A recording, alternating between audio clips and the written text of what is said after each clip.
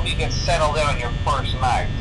I actually worked in that office before you did. I'm finishing up my last week now, as a matter of fact, so I know it can be a bit overwhelming, but I'm here to tell you there's nothing to worry about. You'll be fine. So let's just focus on getting you through your first week, okay? Let's see. First, there's an introductory greeting from the company that I'm supposed to read. It's kind of a legal thing, you know. Welcome to Freddy Fazbear's Pizza, a magical place for kids and grown-ups alike, where fantasy and fun come to life. Fazbear Entertainment is not responsible for damage to property or person.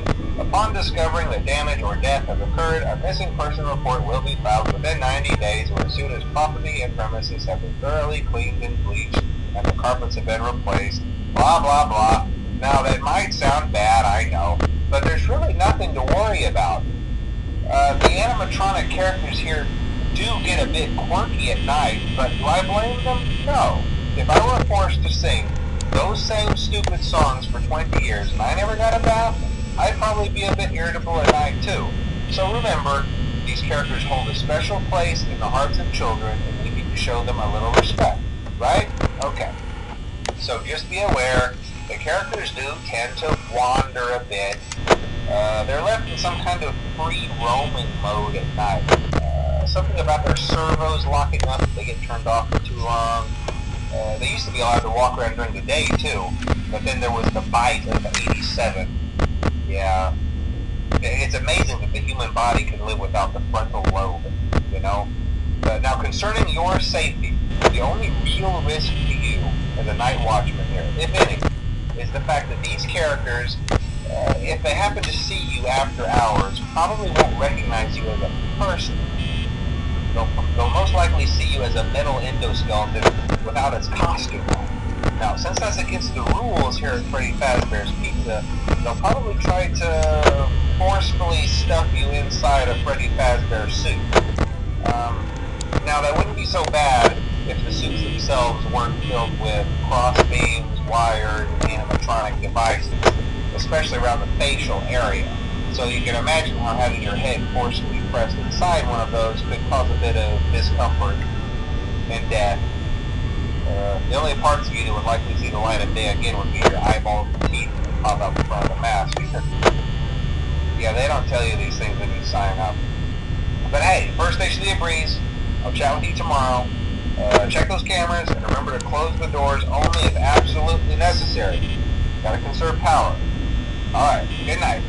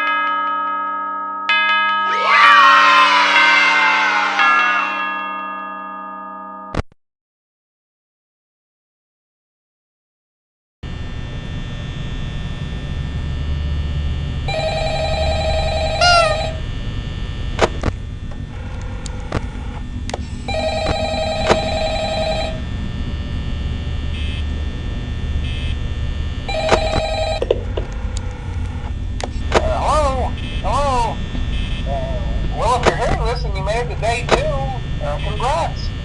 I won't talk quite as long this time since Freddy and his friends tend to become more active as the week progresses. It might be a good idea to peek at those cameras while I talk, just to make sure everyone's in their proper place, you know. Interestingly enough, Freddy himself doesn't come off stage very often. I've heard he becomes a lot more active in the dark, though, so hey, I guess that's one more reason not to run out of power, right? I also want to emphasize the importance of using your door lights. There are blind spots in your camera view, and those blind spots happen to be right outside your doors. So if you can't find something or someone on your cameras, be sure to check the door light. You might only have a few seconds to react. Not that you would be in any danger, of course. I'm not implying that. Also, check on the curtain in Pirate Cove from time to time. The character in there seems unique in that he becomes more active if the cameras remain off for long periods of time. I guess he doesn't like being watched.